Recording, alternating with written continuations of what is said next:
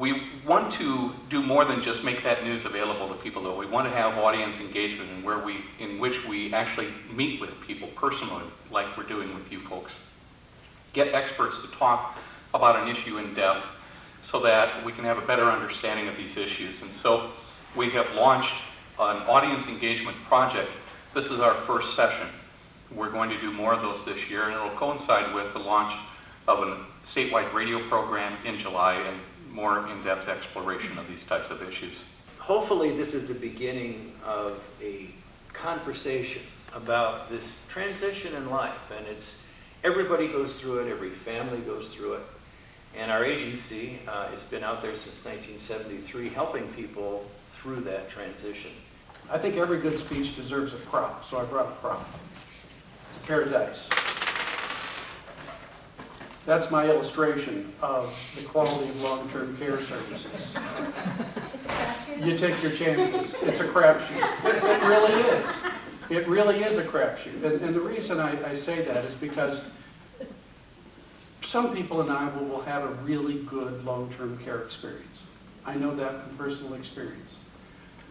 Some people, some consumers will have a really dissatisfying experience. And one of the questions that I'm often asked after writing about some of the issues that I've covered is whether or not Iowa has better or worse care than most other states. And that occurred to me when I was preparing for this afternoon. That there was a study last year that was done by an organization called Families for Better Care. And this is a group out of Florida that's run by the former ombudsman for long-term care in Florida. And that study found that Iowa, in the opinion of this group, was one of the worst providers of long-term care. It was one of 10 states that scored an F rating.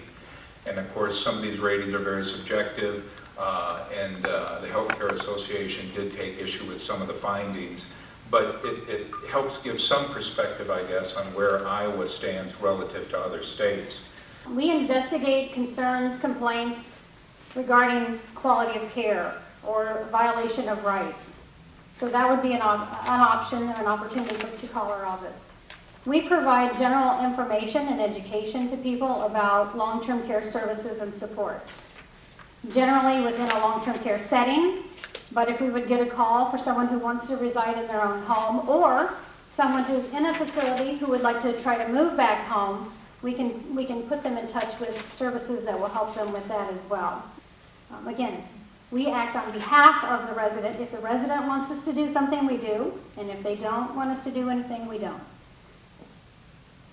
We work behind the scenes to cause or to bring about change and protection for that person. When you really learn about long-term care is when you experience it personally with family members. That's when you really come to understand what works, what doesn't work, what's good, what's not good, what the problems are in the system, to the extent you can call long-term care a system. AARP did a study a few years ago that concluded that long-term care is the thing that Americans fear more than death. Isn't that interesting? Iowa exercises no oversight at all of the privately funded home health care agencies that send licensed and unlicensed caregivers into people's homes. We also reported that Iowa by law cannot impose fines, state fines, on hospitals or on hospital-owned nursing homes. And lastly, we reported that licensure of outpatient surgical centers is done on a voluntary basis, and they are not inspected by the state. When I asked the governor about this, he said, "I want to see Iowans take ownership of their own health."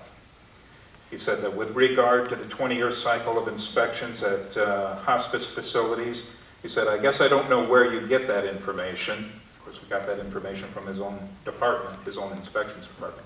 Quality of care and services is not as good as it could be. It's not as good as it should be. And I think one other thing that people would agree on is that we can do better and we deserve better. We should measure, we should report on, and we should publicize data regarding staff turnover in facilities. Turnover, from my perspective, is one of the untold stories in long-term care. It is, in my mind, the Achilles heel of the long-term care industry. Average turnover in 428 facilities of the frontline certified nurse aide staff, average turnover was 56%. Every year, 56%. Now, can you run a quality operation? Can you provide quality care to people if you're turning half your staff over every year? I don't think so. I think it's really important for all of us to remember that just because you go to a long-term care facility doesn't mean you lose your rights. We all still have the rights as citizens to vote, to marry, to associate with those who we choose, and to religious freedom. Those rights don't go away just because we're in a facility. Too many times, as people get older, we think they don't know what they're doing, they don't know the decisions they should be making, so we're going to make them for them.